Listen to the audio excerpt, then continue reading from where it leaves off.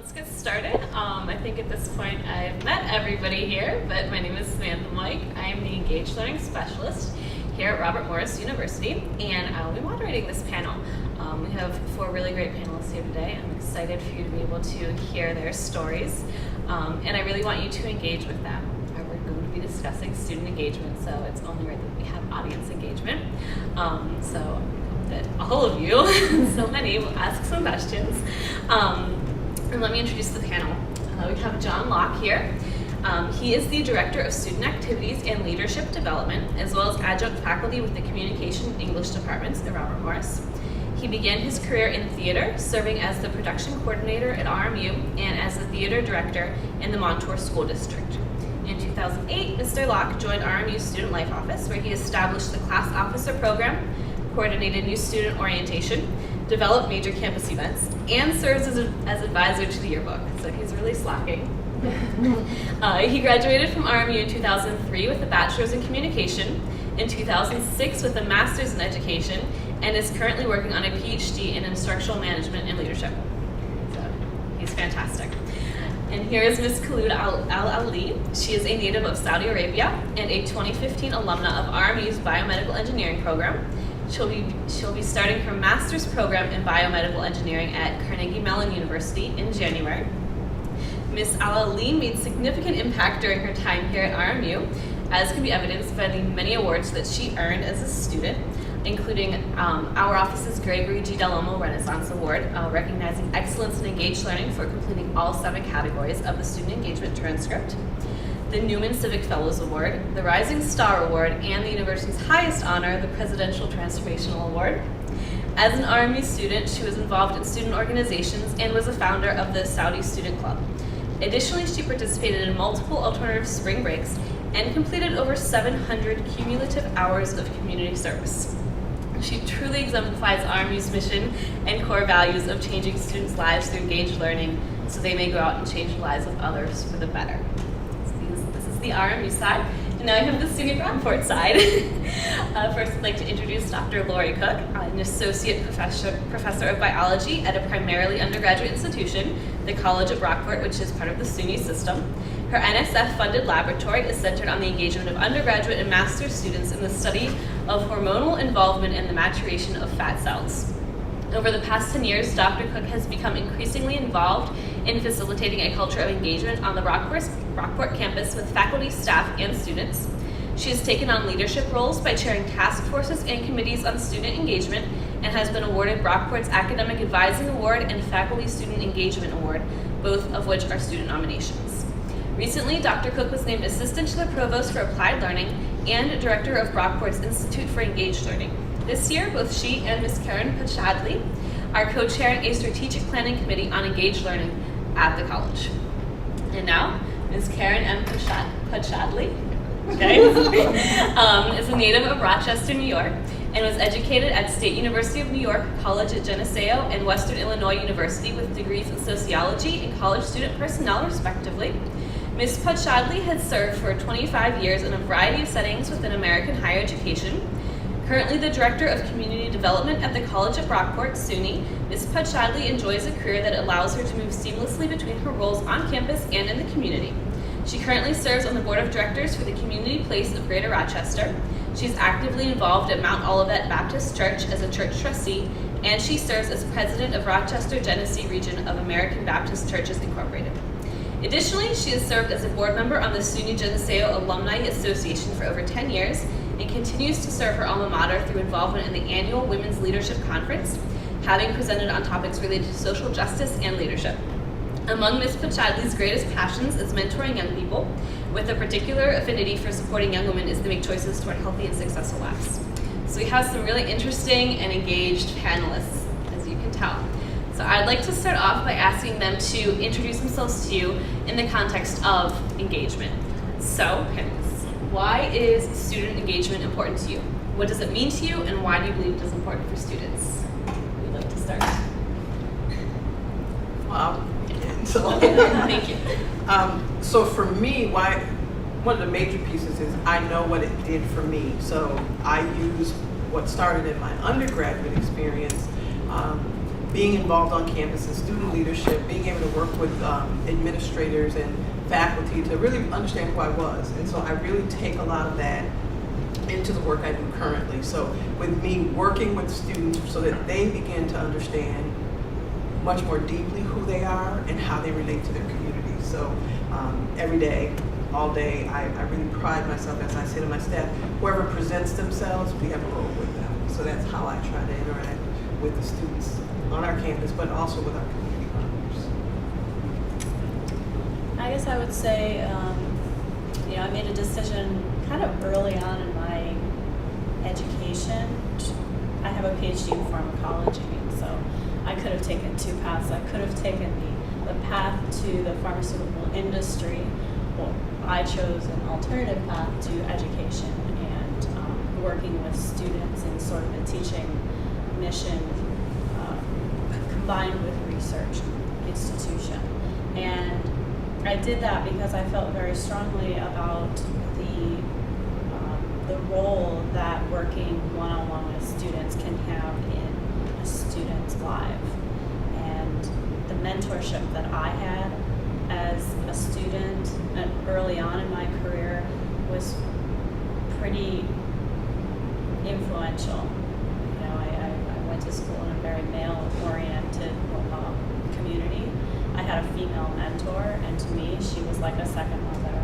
And that drew things out of me that I didn't think I could do based on the environment that I grew up in, first generation college and such. And so I think that the approach that I take to engagement is really through a mentoring lens. And by this, I'm speaking as a faculty member interacting with my students in the laboratory and trying to get them to realize that hands-on work in the laboratory is going to make a difference in their lives, and it could make the difference between employment, obviously, and post-graduation success, and them graduating and looking up to the sky, saying, "Oh, what am I going to do now?"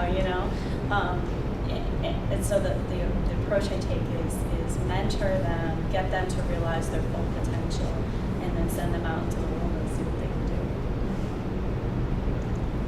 Okay, for me, I'm going to talk about student perspective, as I was a student a few months ago, and I'm going to be a student for the next months. Engaged learning outside the classroom was a way for me to be myself outside the informal setting in a classroom.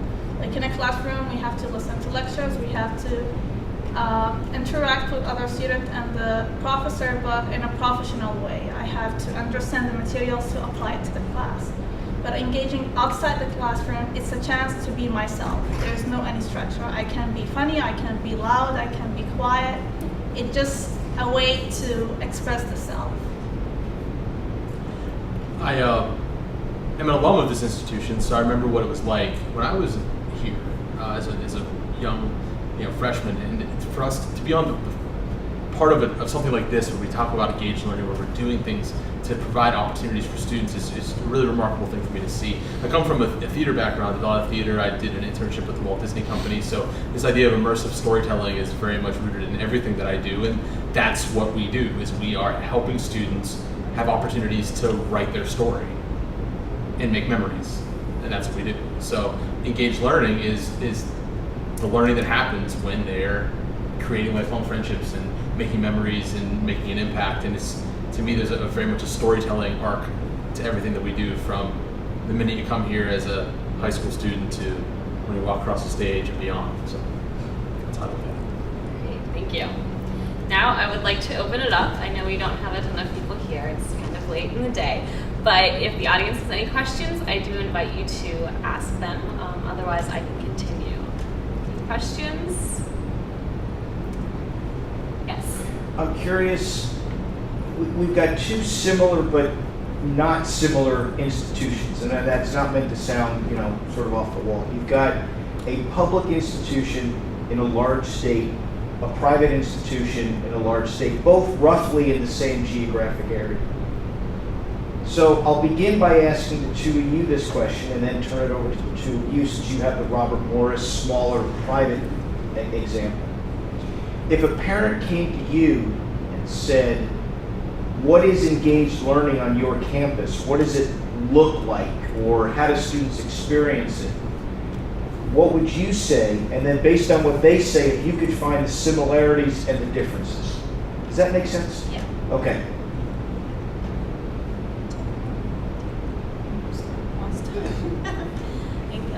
Okay, so engaged learning at Brockport.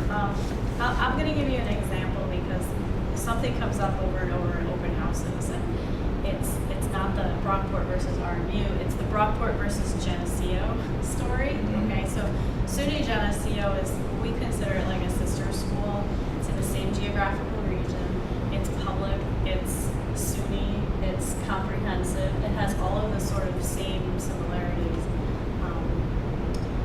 And students says, well, why should I do biology at Brockport and not, as opposed to Geneseo? And I say, well, that's because, you know, Brockport has a more focused one-on-one mentoring relationship with faculty. In terms of undergraduate research, we really strive to give students that experience. And if you want that experience, we try to find you that experience if you can't find it yourself. Whereas in Geneseo, you might do a small little project during the semester within part of a class. At Brockport, that project could become an independent study project that lasts 3 years, including 2 summers. You could present at national conferences, you could present at regional conferences, you could do poster sessions. That immersion is different. It's intentional, and it's kind of an expanded opportunity rather than a little smidgen of it. I think that there are many programs on campus that require internships as their capstone at our institution. You know, nursing, physical education, help me out here, Karen, criminal justice. The faculty see the need and the importance of it, and so they've built it into the curriculum. We also have a freshman experience that has achieved, I think, national recognition for our first year experience program that works to try to engage students in small community service projects, and being mentored by a faculty in that first year during the advisement experience, getting to understand what their major is all about. And then I think, so that's internships, undergraduate research. So the community service thing, Karen's the community development director, so I'll let her speak to that. And so what I would say is, additionally, it's terrible that she used my undergrad institution, so I'm going to leave that alone. But, so I'm struggling with that. But, so for me, what it looks like for additionally with the engagement is it is helping, like from the very beginning, through APS, through the advisement, even our open houses, is helping students see that at Brockport you can discover. Like you can discover who you are, what you might want to do, how you might want to do that.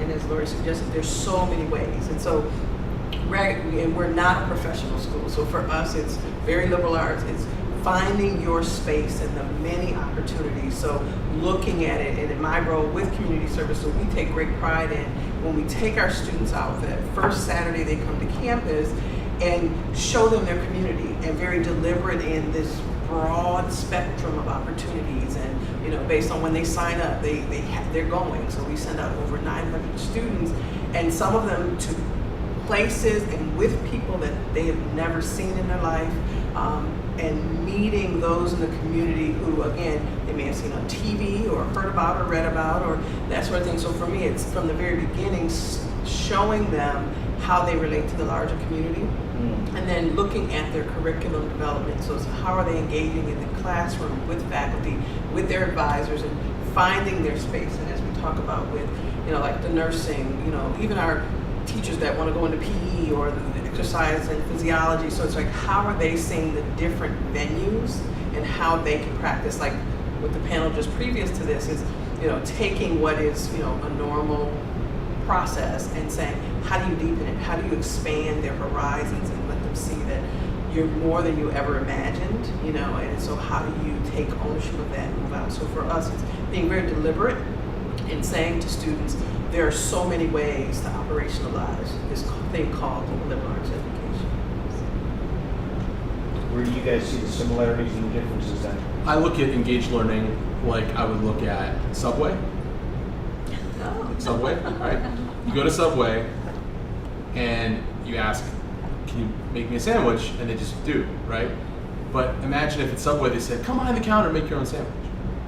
And that what we really provide is a lot of really fresh ingredients for students to make their own sandwich. And sometimes a student will just put some cheese on bread and then that's it. Some of them make these giant, the Khulood, a giant sandwich. It's got all the stuff on it. And maybe it isn't even delicious sometimes. And it's that idea of giving the opportunity to try new things. And I think that if we looked at the overarching, it starts and stops with the set. I think that the set, because it's so formalized and it's so ingrained in the culture, and has been. And how long have we been? Is it 5 years? 7. Yes, it's been that. For the first couple of years, it was all about just trying to get the word out about the set. Now students know about it. They know about it from day one, and it really is the driving force. And we're lucky to have that. But that idea of that the set, because it's still young, has there's always new ingredients. There's always new things. There's always students can come up with even opportunities to say, well, this is happening on campus. How can we talk to our friends in engaged learning and connect what's already happening and alert to the set? So it's that opportunity thing that I think is really pretty compelling. And you guys have a similar idea, that the idea of discovering what it means through the education, but inviting them to try things. Well, I think you guys are a little further along in the organizational process. Yeah, organizations. So we're still in the spreading the word, right? And we're transitioning into the how do we operationalize it? And we're hoping that within the next 1 to 3 years, we would have that operational plan down and implement it, so that when they do step foot on the campus from day one, they know that that educational academic plan isn't just about the coursework and the checklist of major things that they have to do, but they need to think about the whole picture, the whole student, and how are they going to incorporate these engaged learning opportunities. Well, and this year we saw major growth in the Renaissance Award, the Gregory DeLongmore Renaissance Award. And what was the jump? I know it was significant from last year to this year. 28. So it's significant because there are students who, because they know that I do a lot of theater stuff, that know that I can help them get opportunities for the arts, culture, creativity. I'm like 2 away from the Renaissance Award. If I do play with you, can I, and because they see it, and that is also a big part of getting ingrained in the culture. And therefore, which we talked about in our engaged learning advisory board meetings, is how do we make it more rigorous? Like 58 is great. We want a lot of students getting it, but how can we even challenge them more? And that's a pretty cool concept. Khulood was one of those 58, by the way. She sure was. As well as the winner of our Presidential Transformation Award. Yes. You sure you don't want to do your graduate work here? We'd love to I have try. Anything to add? I'm just gonna add, like, coming from a different background to here, and the focus was to get my undergrad or my education experience here. I never imagined that I'm gonna be the person who I am today. And RMU has a big impact on that. So I came as a freshman, 19 years old. I'm not gonna say I'm old. 19 years old, and then I was like really passionate and focused in my studies. But at the same time, we have that one class, one credit called First Year Seminar Experience that was in 2 days each week, and I was like, okay, this class in the middle of my engineering classes, how can I deal with this class? It doesn't relate it to my major, but I don't understand what is the purpose of it. But within along the first and the second and the third week, I noticed that it's really helping me to get used or familiarized with the community that I'm in. So through doing community service, going out asking for different stuff, some of the assignments was really simple, like going to the library and asking who's the head, or like going to the school and asking for the department head, but it was kind of like getting me outside and understanding the surroundings. So that was the key for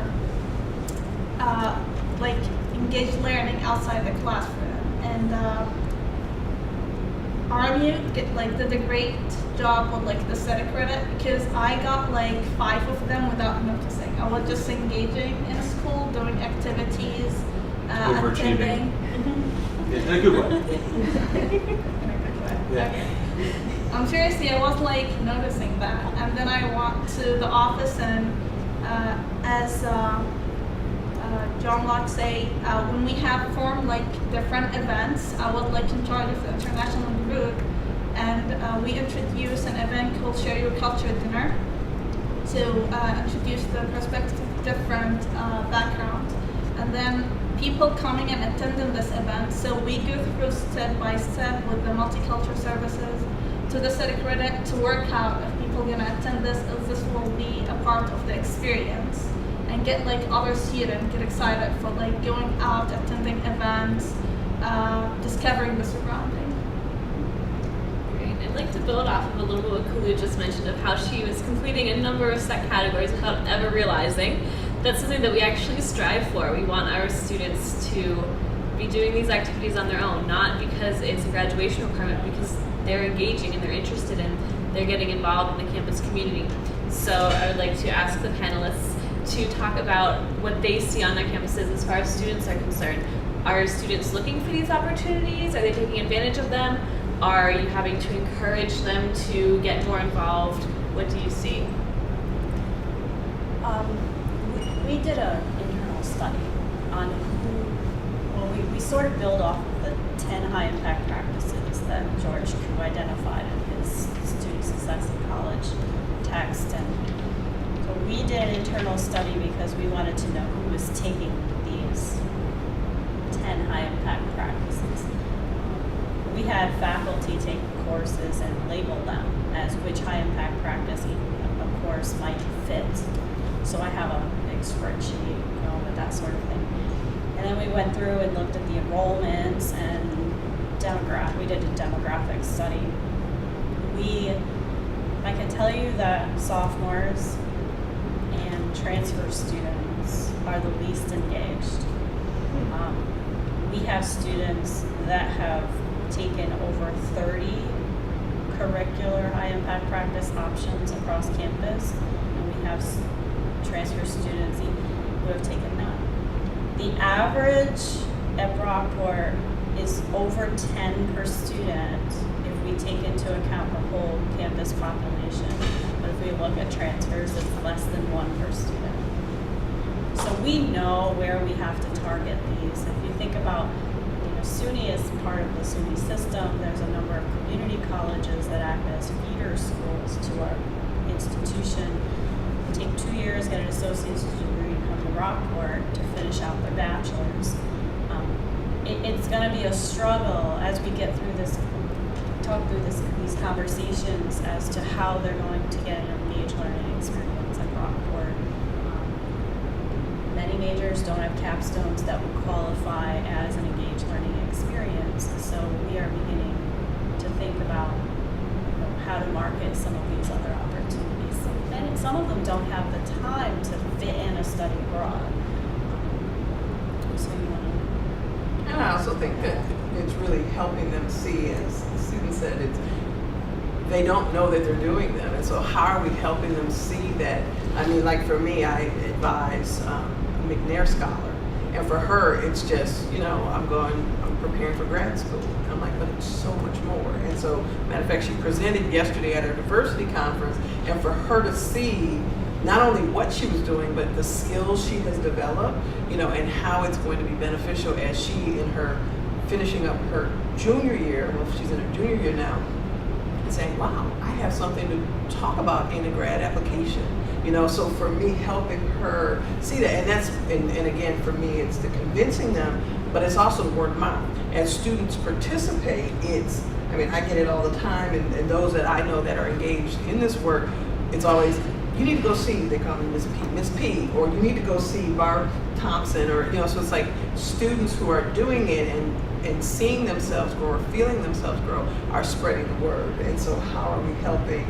So that's how I see it growing on our campus. And yes, we want some formal structures, which that's hopefully where this task force will take us, but really helping not only our students, but also those faculty and staff who are doing the work and not knowing that they're doing it. They're on the front lines. Right, so they're just, okay, yeah, help a student, I mentor. So when I think of the big six, as the Purdue Index talked about, we have so many people doing it. It's just we're not talking about it. We're not encouraging people to tell us about it. And how are we helping with that, bringing other students on campus? So that for me is one of the things, is how are we kind of capitalizing on helping students understand it so they can help their peers engage as well, or see how they're engaging. So do you have anything to add, John, of what you're seeing as far as students are concerned on campus? Well, I've seen such a great growth since my time as an undergrad, which is wonderful. And we just, the class of 2019 is very, very active. And 80% of that is really positive and 20% of it isn't, but we just find them very active. We see more students doing more things, and that's really refreshing thing. So we don't have any data right now to back that up, but we see just more attendance, more everything, and that's an exciting trend. Did you notice the same thing, Khulood? Obviously you were very involved, but your peers, did you notice they were also involved, or did you kind of talk to them about, hey, you might want to get more involved, things like that? I see most of my classmates, we are came from a different background, so each one of us find his the path of going to engage learning. For me, the door was volunteering, so I was so passionate about it. If I don't do volunteering, I may die. I don't know. But so volunteering was the door for me to have the entire experience. I have some of my classmates having the leadership. It's the key for them. Some of them being they are really good at doing a lot of undergrad research, attending conference. So all these aspects of outside engaged learning is keys that will go at the same circle. It's you're gonna just learn a lot of skills along with that. I have a question. No, go ahead. I have a question for Khulood. You said that service was how you got involved. Could you tell us a little bit more about how you got involved with service? Did you want to volunteer when you first came here, or is that something you were doing at home? Let me repeat that really quickly for the camera. So the question is for Khulood, how did you get involved with service? Was that something that you intended to do when you came here, or something you fell into? So just to tell a part of my story, I came to Pittsburgh from Saudi Arabia at finishing high school, coming here for English school. So I spent 1 year studying English as second language at Brockport University. And I was just studying English and doing nothing else. Except eating from Subway. Okay. And then This conference is brought to you by Subway. Yeah, and then when I started to apply for schools, and I applied for Army because I find the program that I would like to study. I got here my freshman year, my first semester, and having the first year seminar experience. I remember it was at the same time of the year. I was a freshman, and I have to register for a volunteering assignment to pass that class. And one of the only projects, it was going to one of the autism institution here in Pittsburgh and help them out to clean the backyard and the playground for the kids. And I say, seriously? I have to wake up early morning, dress up the players because it will be cold, maybe rainy, wear gloves and pick up leaves and clean the backyard. And I wasn't really realizing how does this related to school. Why have to do this? We'll come on Saturday morning. I supposed to be in the library studying chemistry instead of doing that thing. But I clean and help the group, and then I realized I put a few names of my classmate there, and again I see them at the library and then in the classroom. So I was realizing, okay, I was doing something to help the community. I understand that, so I'm making sure I'm passing the class right now. But there's another aspect of it. I'm having like friendship, develop like communication, speaking about different things. I talk with the same group about like, oh, do you remember that day? This was the first time that we met. I never realized that we are in the same class. And after that, I just decided to go to the website for volunteering and see what's the higher level of volunteering, because that was for me like, okay, cleaning for like 3 hours, and from that I just get addicted to volunteering. I registered for different projects, and that really opened the door for me to be involved in different organizations inside and outside the institution. So I got to the Pittsburgh partnership the first time with the school, with the group, and then after that I keep volunteering with them individually, representing Robert Morris and random weekends, going there saying, hey, I'm here, I'm gonna like help you to in this weekend project. And then I just developed that to have a networking with different organizations in Pittsburgh area, including Pittsburgh Culture Trust, the Carnegie Public Library, and now to like something lead to my deep like into my major, like going to UPMC and the Institution of Pittsburgh for rehab.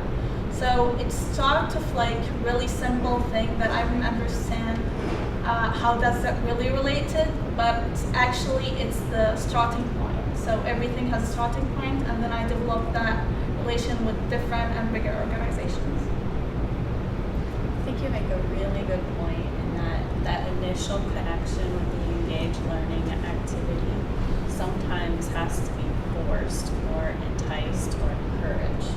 In your case, it was a class that you had to do a project for. I see it trying to get students involved in research projects. They're not necessarily going to come to me as I see a particular skill or potential in a student in a laboratory situation, and I'm like, hey, have you thought about research? And to them, it's like, oh my gosh, first she noticed who I am, she knows my name, but does she really think that I can do this? And then a big white cloud, a question mark shows up. What does this mean? Does this mean I have to come up with my own project? And what's research? So that initial springboarding that gets the student involved is sometimes necessary to get the faculty to reach out to the student and say, hey, you can do this. And that might be, one avenue to get more students involved is to make those connections. Because right now we don't require an engaged learning opportunity at our campus. Although we would love, I think Karen and I are both on that bandwagon, but yeah. Do you think that SUNY Brockport will have an engaged learning requirement in the future? Is this going to be public? Well, so here's the thing. Our SUNY chancellor is very interested in making these opportunities available at a large scale across the system. And all of the different SUNY schools are at different places in their ability to deliver on an engaged learning experience for every student. And so Brockport has had the conversation, and there have been problems along the way with getting buy-in. And so we have spent the last couple of years in creating that culture of engagement across the campus and trying to identify the barriers and address them and make faculty and staff realize that we should be reaching higher than where we are, and I think they agree with that, definitely. I think everybody understands it's important, we would love to do it, but we don't like to hear it, we can't because, or this is why we can't do it. I hate meetings like that, right? You put it on the table as, oh, we should be doing this, and well, we can't because of the budget or because of staffing. No, let's talk about the vision. And I think that's where Brockport is going, is trying to work through those visions, to become visionary and to think about what we can do in the future with what we have in mind. So following up on that for both groups, if you were boosted by training, what would be next for engaged learning at your campuses? Okay, let me repeat that again to the camera. In a perfect world, what is next for your campuses as far as engaged learning is concerned? OrgSync. OrgSync? Can you explain OrgSync for us? OrgSync is or something like OrgSync, I should say. It's a software package that every student would have a portal where we could track students. So we would have card swipes at every event. Students would check in at every event that they come to, so we could track to see what they're doing and see real-time trends in campus life. That students could then track their service hours, track their set credit, and really go digital. Room reservation forms, everything, all the operations in the student life office. We really hope to bring them to 2006 and get them on the website. Here we are in 2000. So we have some struggles from a technology standpoint, and I think that that's something I've identified as a weakness in engaged learning, is that we aren't really understanding everything everybody's doing. And if we get a better understanding based in tracking them, we can provide more opportunities. So OrgSync is the vendor I've been talking with. There are others. We just want to get something that can really quantify what's happening. And so for us, what's next idea is we're on that path, is this task force. Because what we're finding is we do have what we call my Brockport, which is that portal where students can connect, and it's Campus Labs. Campus Labs, okay. So, And that's another vendor, one. Yeah. So we have the ability, so in enrollment management and student affairs, we've been building that co-curricular, just how are we doing with service and leadership and just study abroad. So we have, students can do a co-curricular transcript. But I think what's important for us and what's next is how are we bringing in, almost lessening the silo effect and coming together to have the conversation. So Laurie and I serving as co-chairs of this task force is, one, very symbolic for the campus, but also really saying, how do we, now that we're in our 5th year, I believe, of Institute for Engaged Learning, and it really hasn't gotten its grounding, and so what that suggests is we really need to slow down, spend some time building the infrastructure, because we have the moving pieces. And so how are we talking about what the moving pieces really mean and developing the common language? So I think we're going to be spending a lot of time in that what next of, okay, what do you really mean by that? And who's doing it? And how do we help them see that when you do it with students, send them to my Brockport to register that experience, so that when we pull the numbers, we see that, yeah, we think we know how many students are doing service learning or community service or internships, but now the numbers are exploding. So it's like, that's the piece for us. The what next is everybody, these key players, stakeholders are coming into the room, really having some deliberate conversations around where we're trying to go, because we all, I think, believe we're going in the same direction. We just have different language and different ways of getting there. So for me, it's getting folks in the room to really talk about and come to some common understanding. I'm excited.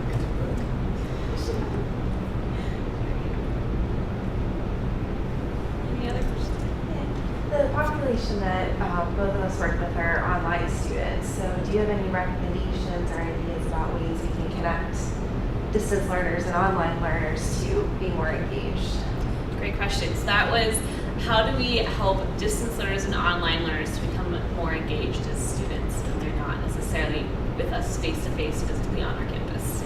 I'll just, we have a large off-campus population, and so for me, there's a lot in common with that. So our on-campus residential students are about 2,500 out of 8,000.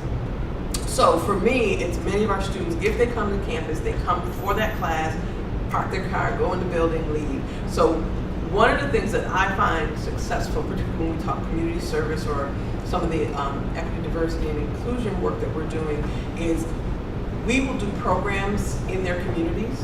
So I can, like, we're doing a film, I'm Not Racist, Am I? And so the idea is helping students see what this feels like, looks like, how it relates to their career. It helps you. So we're sending out messages.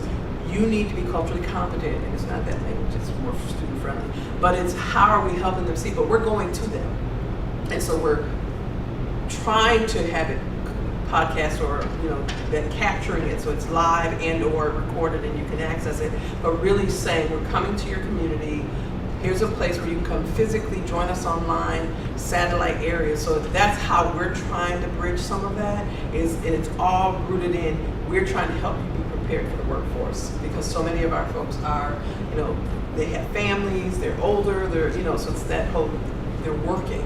That's so much of it. So how are we doing a Saturday versus our campus is 9:30 p.m. Monday through Wednesday, Thursday. That's not most of our students. So you get an on-campus students who can walk. So really, we're moving towards going to our students and doing much of it, over the internet. We did a leadership conference and had a couple of exclusively online, non-traditional students arrive at it, and their experience wasn't what they'd hoped. So sometimes we learn from our mistakes, and we talked to these two gentlemen who came from like Erie that came down because one of the reasons they came was to satisfy their set credit. Because the leadership conference we had was a part of it, and we had a session on getting involved in your local government that these gentlemen loved, but things that were focused towards 18-year-olds, things that were focused about repaying student loan debt, they found it. And so when we saw our survey at the end, there were two really, and you get it. So we're actually hoping to, on two levels, market our leadership conference in a way that people know exactly what they're getting, and to figure out a way to take the leadership conference experience and get it to this audience.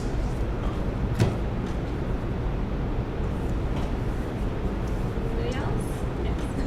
Well, I was thinking about the research component, and you've mentioned some elements that I could see addressing this question, but what do you hope to still learn about engaged learning practices at your campuses?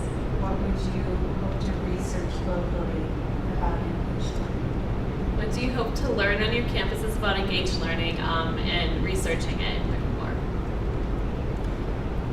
I would be interested in getting at the learning outcomes. I think that we spent so much time on the cultural aspect in the first couple of years that now we really need to take a step back and say, well, what do we mean by undergraduate research, and what are the learning outcomes associated with it, and are we really delivering on that experience? So I think for me, it's moving towards a culture of assessing it. That's huge.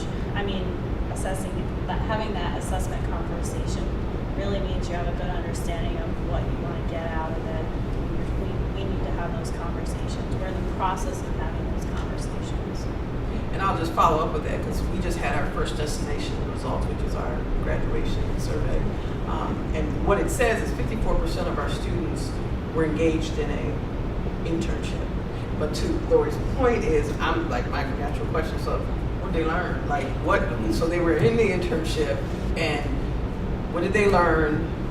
And how does that tie into, as we begin to talk about standards for these different experiences, is what they learned what the standard is or will be. And so that's for me, how are we matching those up, and how are we informing the various surveys that are going out, like our first destination, to include other experiences. Like what do we say are important to us for our graduates, and how are we asking them, and what their influence is, and then how do we check to see, okay, and what about that? Or was it just you met somebody who said you got a job, or did you actually learn things that took you and helped you transfer to another environment? So going deeper. I'm interested in learning more about alumni engagement. Now that we're going to have good data of when Khulood becomes the super successful biomedical engineer that she is, and eventually gives back to the institution to track that. I think that we all believe that engaged students become engaged alums, both in the sharing of their talents and their networking, but also their treasure. And I think that there's going to be some interesting data about fundraising, about engaged alums, and to see exactly what they were doing when they were here. And that drives forward to, at the board of trustees level, we could say we've had this many engaged alums dollars and cents. So when we're putting money towards engaged learning, that's a great way to justify specifically. I'm assuming everywhere would definitely do. She will give back to you, I know. After finishing my grad school, Yeah. doing my job, Yeah, then. I'm Just coming. give me a time. I'm coming maybe after 50 years. That Like sounds my good. uncle. Like your uncle did, 50 years. Yeah. Yeah. Khulood's uncle went to school here in 1960, 1965. And And after 50 years, I finished the school. yeah, 50 years later, she finished. Yeah. What else do we need to know from a student perspective? You've got a lot of faculty and staff in the room, administrators. What should we know that we probably don't know from the student/alumni perspective? I'm gonna add to that again. This is a question specifically for Khulood to share her expertise as the student who has been so engaged, as we are a group of faculty and staff and alumni. What do we need to know as we encourage student engagement from a student perspective? Well, it's a hard question. Because basically, like, I know it's not easy for faculty to understand the majority of student characters. Like, sometimes you have a class full of students that came from the same background. Sometimes you have a class that melting pot from like international to domestics to, and also like different aging as well. But I feel like as like a formal class, in any type of classes, we have to have 1 or 2 classes within the entire semester that we have informal setting, that like student talk with the professors and trying like to get like something that engage learning outside the classroom. Even if we are still sitting in the classroom, we have to have something like amaze the student. Like one of the things was I was thinking about when I was studying physics. I was like trying to understand it, and I came to a wall that full with like equations that I didn't understand anything, because it was formal class setting, studying everything in with notes and textbooks. But I never understand the different slopes because I didn't see them in real life. I never get to a situation that I really use one of these equations in real life setting. I just study everything, solving problems, PowerPoints, textbooks, and pictures. Nothing with a 3D actually. But that came like really late right now. Now I understand when I take the knowledge in a classroom and apply it in a real life situation, will make it really easier to get involved outside the classroom. And a few weeks ago, after I finished school actually, and I still have a lot of difficulties understanding physics, but I passed the classes. One of the people broke into my car, so he broke the window. And then I called the police and I fill a report. But actually before that, I take like 2 hours just to understand how that person broke into my car using one of the rocks. And I go back to physics notes and I really review them. And it's like, okay, this is a real life situation right now. Now I understand all these equations. And when the police came and he asked me, do you have any idea how like this thing happened? And I was explaining everything using numbers. And he told me, are you the person who broke into the car? Because he explained everything in real. So, yeah, I was like, it wasn't me, but I'm an engineer, I understand it. So I feel, and this is things that I'm gonna take it with me. For like future career path, I would like to be a professor or taught classes. And as a student get engaged outside of the classroom while I was studying, I would like really to lead a class that we have like 75% of it knowledge, understanding, studying, and then 25% of it will be applying everything to a real life situation. And that will really, really get the students excited about like understanding the things or like trying things. I always dream to mix chemicals and chemistry, and I guess I'm gonna do it in the near future. Because I would like to see, because having everything plain, like as a student, in different levels. Sometimes we go back as a childhood because we're still learning things. We need to touch the thing. We need to see it. So, and this will really help us to engage learning inside and outside the classroom.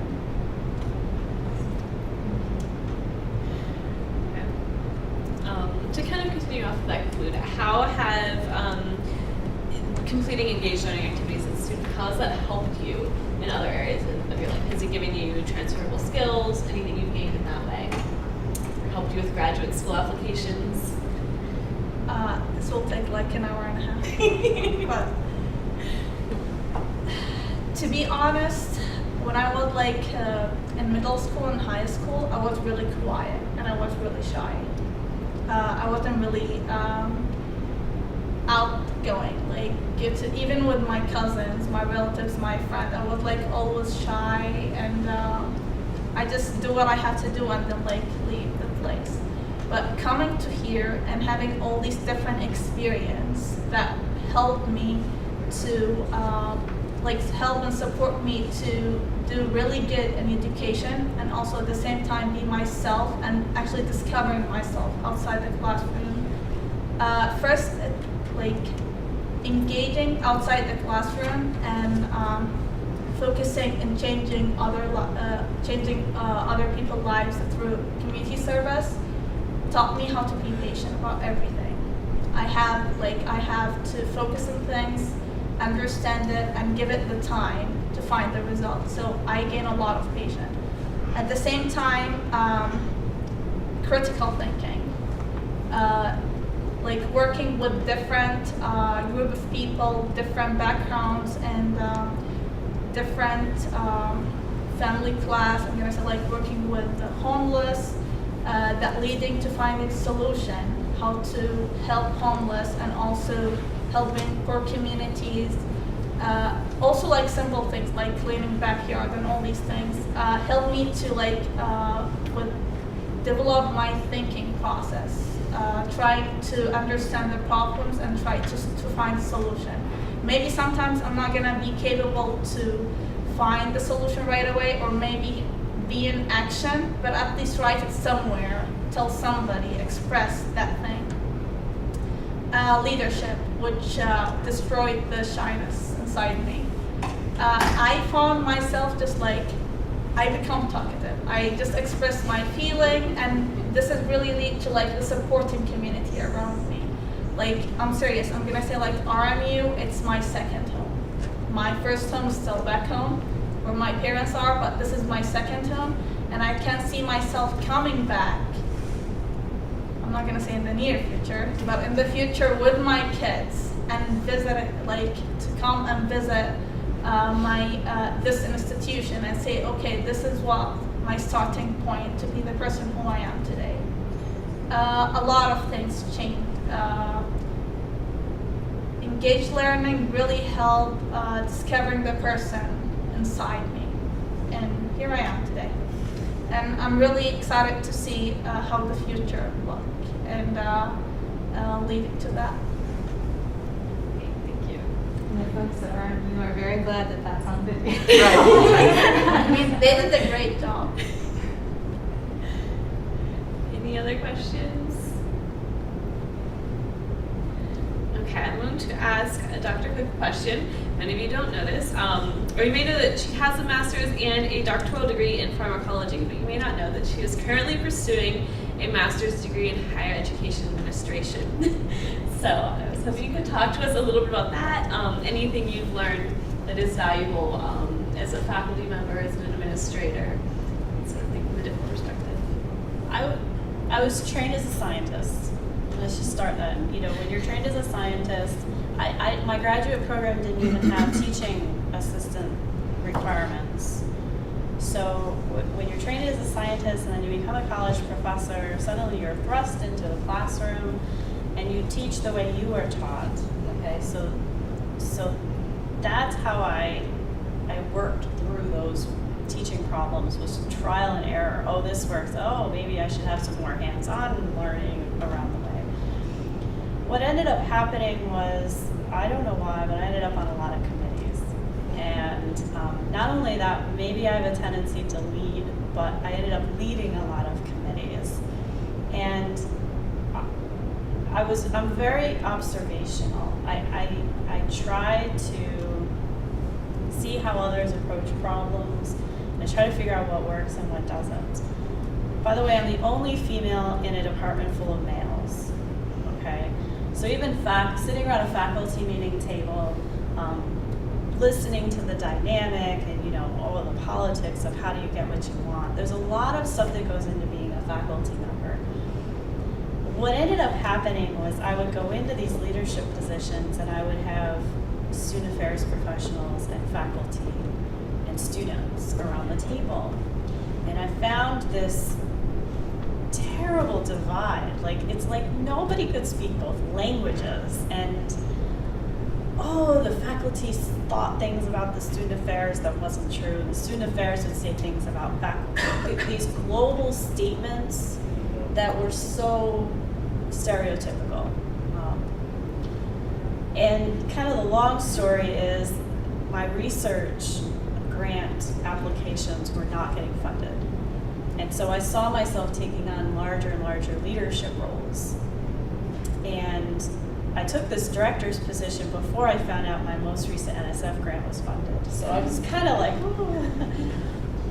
But I made the decision, it was kind of a big decision. Do I go back and take classes again? It's been a lot of years since I was in a college classroom. Not only that, but I was making this jump from hard science to social science. I've never taken even in college, I never took a social science, maybe Social 100 as a freshman, but no. I was online, so there was a divide there. It was a social science, there's a divide there. It was a discipline I had never really understood. So the decision to do it was just kind of freakish. I'll try it. If I don't think I'm going to get an A, I'll bail. All right. And I took an introduction to higher education class first, and it was giving me the history. And I learned a lot about why we do things the way we do right now and why it's so difficult to change. Because I've jumped into a situation, you're like, oh, well, this is a problem. Why aren't we like up and transforming the entire university into what we want it to be? So there was a learning process there. And then I took a course in student development theory, and I was hooked. I was like, oh, that's why I have students crying in my office about X thing. This is how I should approach it. So suddenly, things started making sense to me that never made sense before. And I took a leadership development class that gave me strategies for how to handle a room full of men around a table who come at each other very aggressively, or, you know, how to get a team of people in a room with a variety of backgrounds, how to get them to come to a conclusion.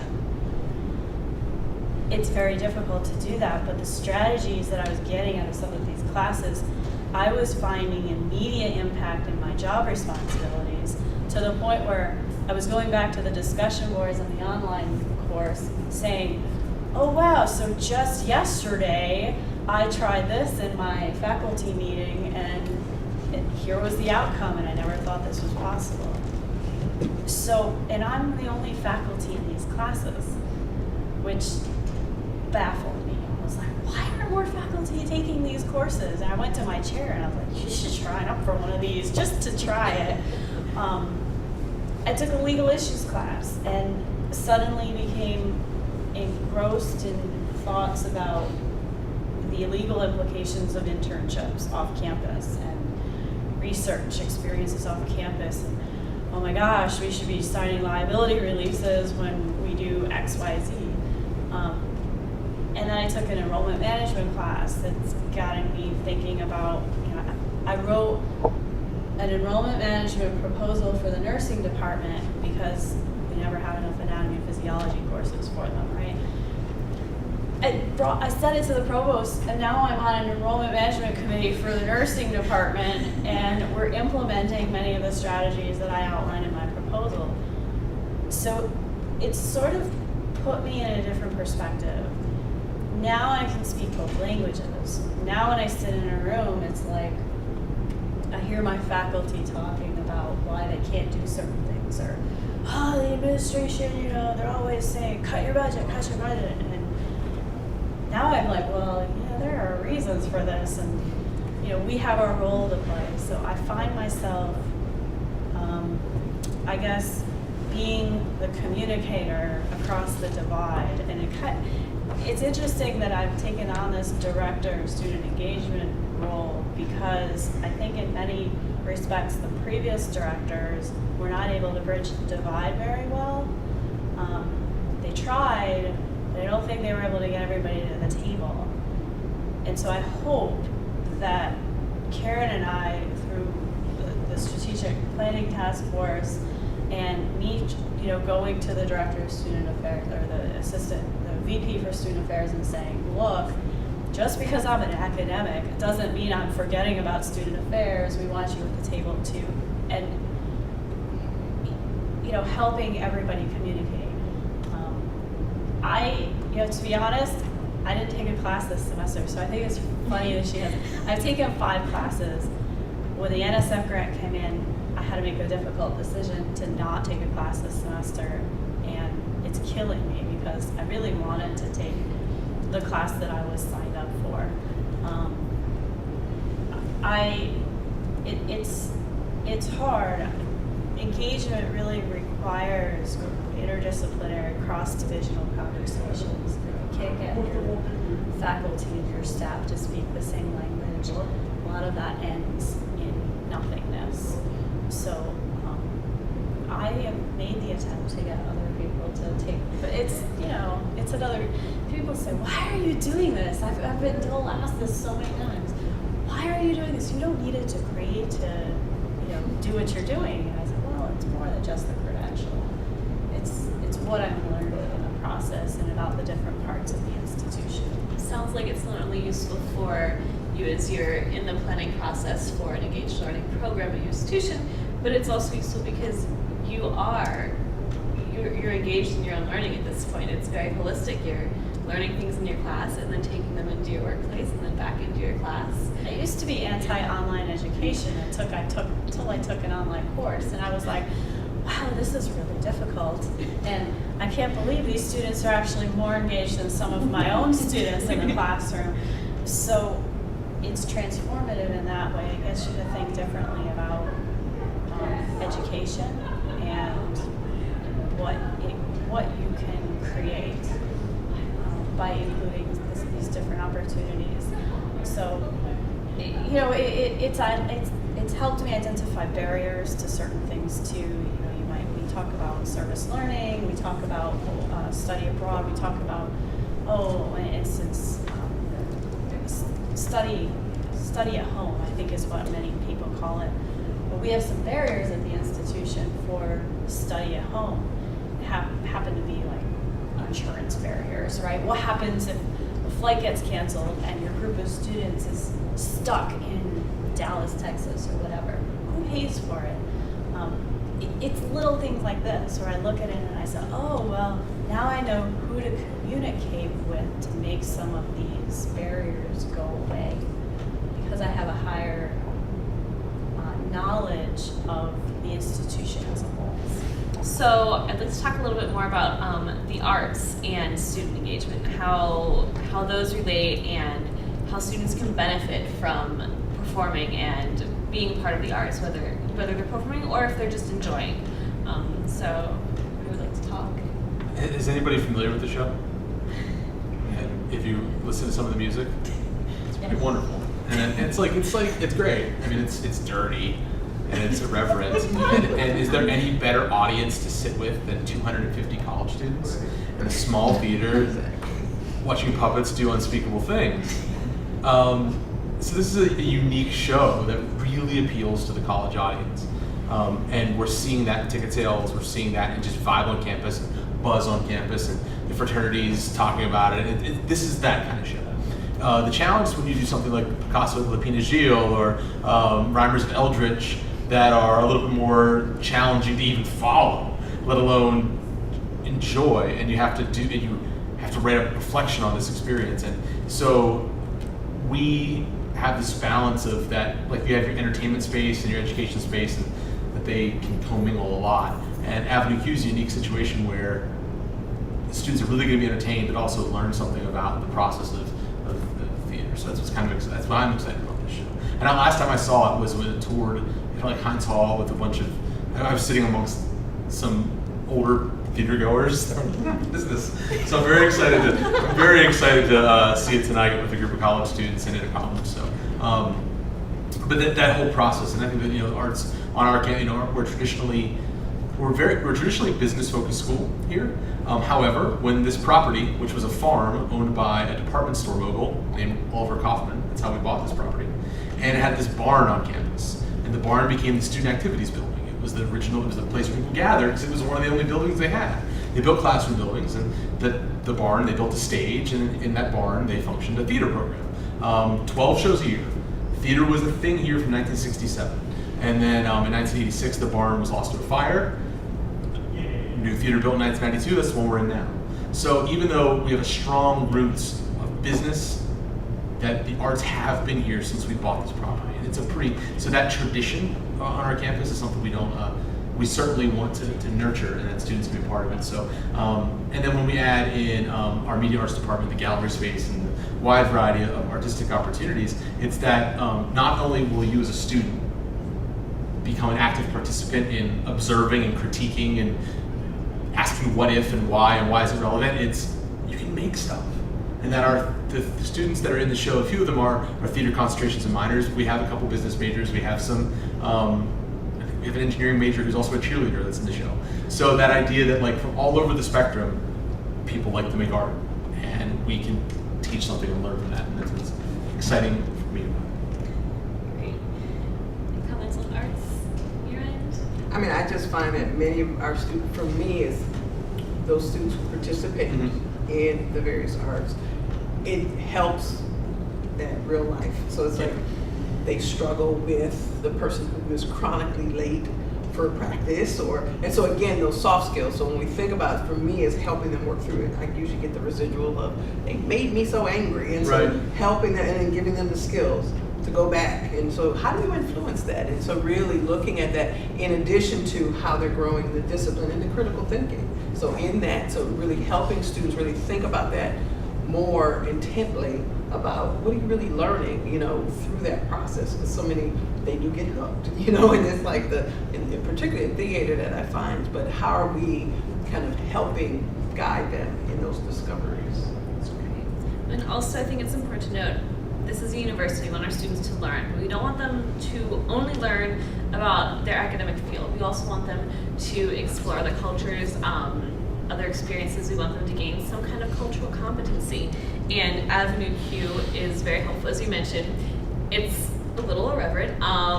It may not be the most politically correct. They may use some interesting language, but it's very accessible to students, and it covers a lot of different topics.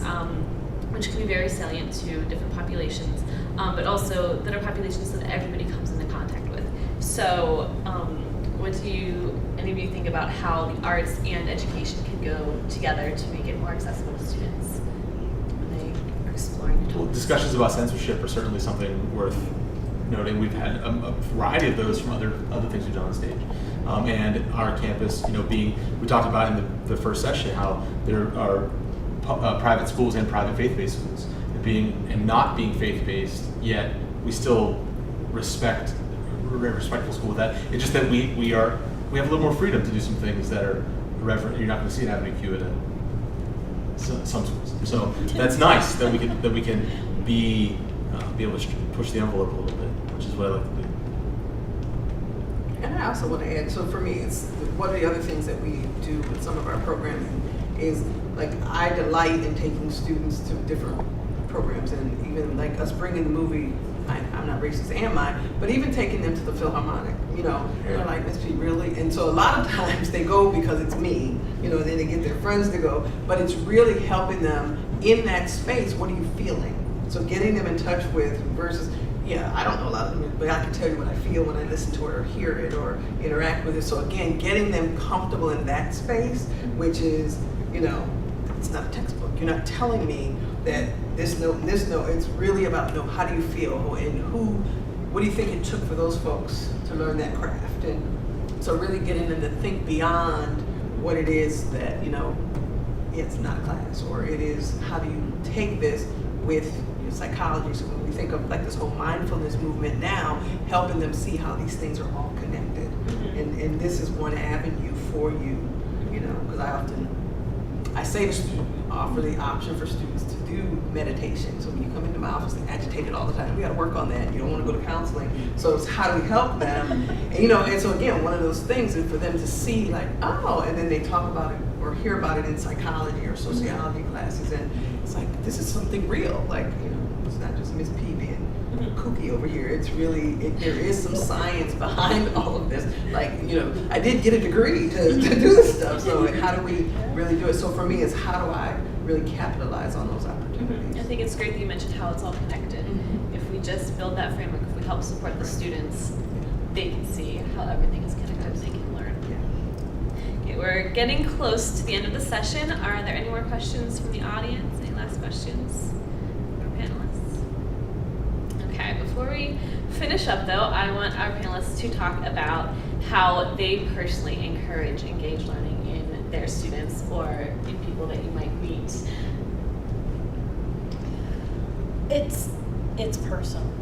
It's going up to students and it's convincing them that yes, they are capable, and it's really empowering them. I don't think most of the students who work in my lab do so because they've been encouraged in one way or another.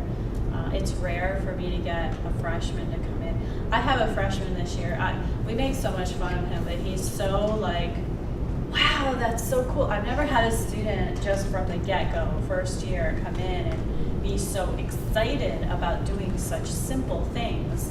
And that I look at that and we make fun of it because it's so rare. Usually it's trepidation, it's confusion, it's me trying to convince the student that they have the knowledge and they have the capability of doing this themselves and putting themselves out there. So it's real confidence building. In other things, I see students come into my office, advisement purposes, that don't want to do research, they want to do other things. And a lot of the times it's, I'm so bored with my classes, or I don't, there'll be a 70 GPA type student, a C-ish, and I'll be like, do you like what you're doing? You're a biology major. Well, I said, well, you should like what you're majoring in. You are really going down a path that's going to set you into a career mode someday. Well, I don't know. My parents really wanted me to be a doctor, and it's bringing out these conversations of, okay, you're a biology major. How about if you're not going to switch your major? How about go talk to Miss P over here, and why don't you do a volunteer opportunity or a service project or leadership development program? And these are ways that I get the student to jump out of their little course shell and discover maybe some more capabilities and skills and talents that they have outside of what they're doing. And a lot of times that results in them switching a major to social work or health science, or but they do it on their own, and they're sort of empowered by it, so that they go to their parents and they're like, look, Mom, I don't want to be a biology major anymore. I discovered XYZ. And so there's kind of twofold things. Great. For me, it's conversations. I delight in talking to students and my colleagues, but so students will, like, every chance I get, I talk to them. And for me, it's all about, so what are you doing? How you spend your time? What do you want to do? And again, they're like, okay, why are you asking me so many? But over time, and my secretary dies because it's like a revolving door in my office, because it's really just asking, and they just get so curious themselves. It's like, what you ask me, and I need to tell you what I've thought about it, and then for me being able to pass them off. So like for me with faculty of mine, so it's just saying, you need to go see Dr. Cook, or you need to go see Dr. Stikestow in business if you want to do this. And so how are we, so it's really, for me, I delight in those conversations, identifying and helping students identify, like, what are those passions, those interests, and thinking about the different opportunities, and so, and what's their level of tolerance for ambiguity. So if I send you on my office of service, so I'm going to say, we're doing a service project in 2 weeks, or, you know, we're going to this play or something. So for me, it's really trying to take and pull on, like, what are you talking about now? And then getting them to explore that. And for me, I tell students, this is your time to practice. And so that's one they joke about, that's my phrase, just practice, this is your time to fail. And like, it really is. And now let me show you how to do that. So that's how, for me, that's how I relate it to student engagement. I'll go now. Sure, go ahead. Okay, so for me, when I talk with my sisters or with my friends who are the same age as me, I tell them, like, engaged learning, it's the way of learning, actually. Going back to the human nature, it's basically like in old centuries, there's no textbooks or like slides or a PowerPoint. There's technically experience. Seeing the things, observation. So we got all these like knowledge or like learning through engaged learning outside the structure of the textbook or the PowerPoint. And related to that, to me personally, like when I was a freshman, I got to this volunteering group with the Biomedical Engineering Society, and they took us to the Global Links. And I did 1 day, 3 hours volunteering, working in the wheelchair repair program. So that opened the door for me. It's kind of like a step. So engaged learning, you take it step by step. So I was a volunteer for 1 day, and then 3 semesters after that, I keep that connections, and I got my internship there. And I worked there for 3 months for the entire semester, and I gained a lot of experience as an intern there, and also all that give me the experience to go to a larger scale or a larger organization. After finishing school, I take all that knowledge. It's not from textbook, it's not from classes, it's from engaged learning. I applied everything that I learned as anatomy and physiology, as a biomedical engineer, to mechanics, to biomechanics, and use it in that wheelchair, related everything in rehab, in biomedical side, to engineering and designing and fixing wheelchairs. I learned a lot through the internship, and I take it to a larger scale, and I got like training and shadowing with therapists at the Children's Institute. And after being there for 3 months during the summer, now I have 20-hour shift working alongside with therapists. So it's kind of like scale.